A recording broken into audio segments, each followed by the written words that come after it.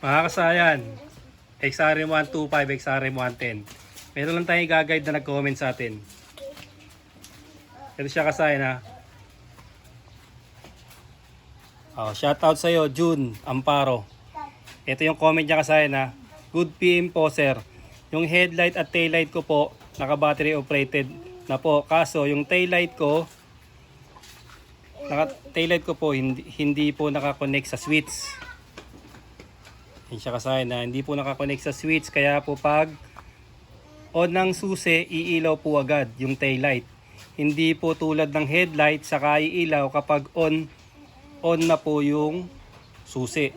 Sana matulungan nyo po ako sir. Newbie lang po kasi ako sa motor sir. Yan siya kasayan, nag-comment siya sa XRM125, paano mag battery operated ng park light, tail light at headlight. Ito siya kasayan na. Ito kasi may iba't ibang uri ng pagbabattery operated. Yan siya ba. Ito yung pag battery operated siya kasayan na isahan na lang siya. Ito ba. Pagbukas natin ng ng switch, ito switch niya. Atras ka doon para makita nila lahat yung Yan. Pagbukas ng switch natin, iilaw na yung headlight. Ito yung headlight ha. Ito yung dashboard. Turo mo to. Headlight, dashboard, tsaka yung taillight. Ito. Yung taillight natin, bali magkakasama sa isang switch. Ito, pag pinatay natin, ayan siya. Patay din lahat. Tapos gagana na yung high end ng headlight ha. Ayan. Ngayon ang ginawa niya dito kasayan, ito.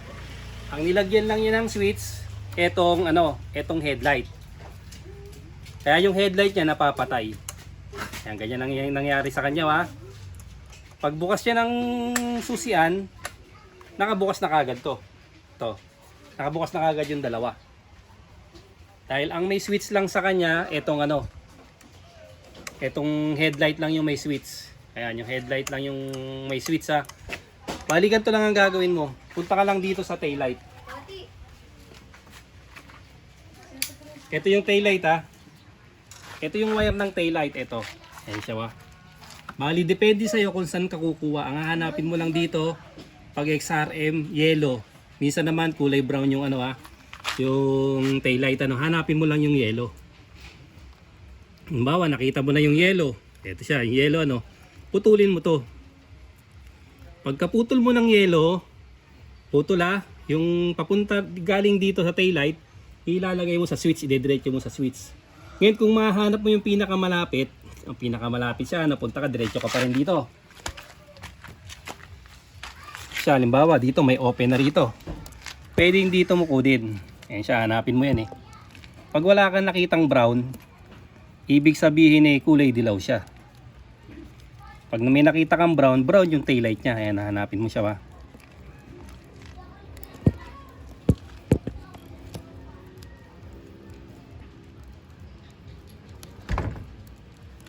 Ayan siya. Makikita mo dyan yung solid na dilaw. Ayan siya. Ito siya ba. Solid na dilaw Ayan. Orange. Walang brown. Ibig sabihin yung dilaw yung yung taillight. Ayan. Kagaya ng mga wave 100, dilaw din yung taillight nyon. Ayan siya. Ito siya Kasi kung nakakonect pa to sa stator, magiging magiging stator drive. Kaya kailangan nakahiwalay na siya. Kung nakaputol na siya dito turo mo yung stator. Kung nakaputol na siya dito, kahit saan mo siya kunin po, pwede. Wala magiging problema. Ito siya ngayon, dito siya ngayon kinuha ito.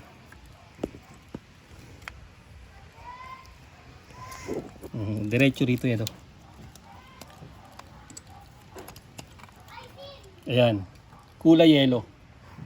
Pansinin nyo ayun ang kulay yellow. Ayan Ayan, kulay yellow yan Ito ngayon siya. Tapos yung ito yung switch Ayun yung yellow ito yung switch. Ito, ganito lang gagawin mo dyan Kunin mo yung yellow. Yan, kunin mo yung yellow Kung gusto mo naman, buksan mo dito ka sa taas. Ito, dito. Kung saan yung madaling wire na mabubuksan mo, doon ka kukuha ng supply. Ito, halimbawa, ito, dito tayo kukuha katulad dito. Yan. Naputol natin yung yellow. Ito, yellow to. Ayan siya, no. Pansinin nyo ha. Nakalagay sa switch. Ito. Tanggalin muna natin para mas malinaw ha. Halimbawa, ito, doon ka kumuha ng accessory wire sa harap, pwede rin. Ito, oh.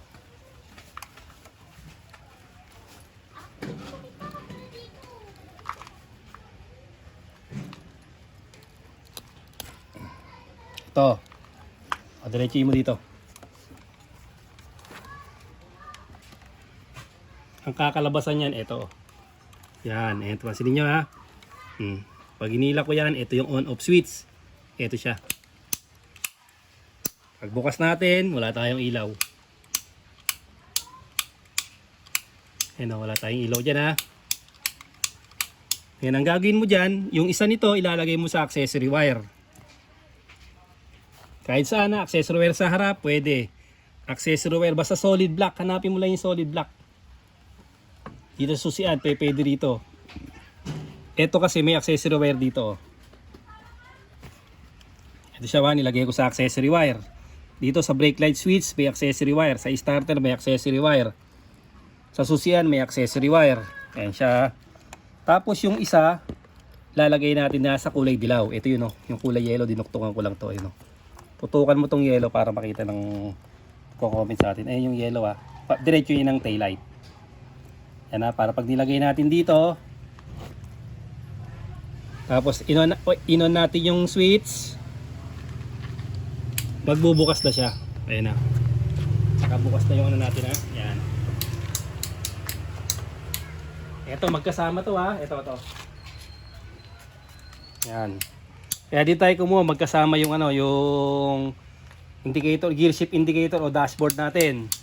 Magkasama sa switch. Ngayon kasayan ito. Sa iba kasi wala naman switch kasama yung headlight. Pag gaganto yung ano yung kasama yung headlight, okay lang din yan. Tuwing gabi lang naman siya bubuksan Tapos kung naka battery operated na kayo, mas maganda na iganto gawin nyo. Ayan, tutok mo dyan. Ito, LED yan. Naka LED na siya. Ayan, naka LED yan ha. Ito LED na rin to. Yung dashboard natin. Ayan. Naka LED na rin yung dashboard natin. Tapos yung headlight natin, huwag yung kalimutan LED. Pag nag battery operated kayo, matik gawin nyo siyang LED ha. Ngayon kasi kung naghiwalay ka ng ano, hiniwalay mo pa, magiging dalawa. Pwedeng maging dalawa ha, kung nakahiwalay pa yung isang switch ng headlight. Ayan. Kung naglagay ka pa ng isang ganito, naglagay ka pa ng isang on-off switch, ang gagawin mo dyan, nakahiwalay yung headlight mo. Ayan. Yung dalawa. Ito, on-off switch din to ng headlight. Ayan o. Parehas din ito yan. 2 wires din yan. Ito, on-off switch ng headlight. Ngayon, kung ganito yung nakalagay sa headlight, tandaan nyo, yung isa nakalagay sa dilaw, at yung isa nakalagay naman sa black, sa accessory wire. Tandaan nyo, kailangan nyo lang na ano ha, naka LED headlight, park light, tail light, para mas magaan ang load. Ayan siya. Pag nagbukas ka ng headlight, ayan siya. Ito ha, ito yung ano mo ha, park light mo ha. Ayan siya ha. Ito lang ha, yung kulay yellow, hanapin mo lang ha. Yung kulay yellow, kahit saan kumuha dito. Okay, pwede dito ha. Pwede sa'yo kung saan ka madadalian. Pwede dito, hugutin mo rito sa may ano to. Tutok mo rito. Ayan, ito yung ano niya, yung tawag dito. Yung pinaka-socket niya, hugutin mo dyan yung kulay dilaw. O yung kulay brown. Pag hugot mo dyan, idiretso mo dun sa switch. Kung ito yung switch mo, ito, tutok mo dito. Kung ganito yung switch mo ng headlight, yung isa nitong black nakalagay sa accessory wire ha, yung isang kamay kahit magkabaliktaran wala magiging problema. Yung isang kamay nakalagay sa accessory wire, nakatulad nito. Yan, accessory wire ha. Tapos yung isang kamay nakalagay sa yellow. Ayan o. Bali ito, dalawa switch ito. Ito switch ng park light, headlight, tail light. Ayan siya. Pero may switch din dito ng headlight pag gusto mong patayin lang yung headlight. On-off switch din yan. Ayan siya. Yung accessory wire, pag hanapin mo, solid block. Solid block lang siya. Ganito malalaman yung accessory wire. Yan yung dito eh. Dahil newbie yung nag-comment sa atin, ito yung accessory wire. Nakabuhay lang siya pagbukas ng susian. Ayan yung accessory wire.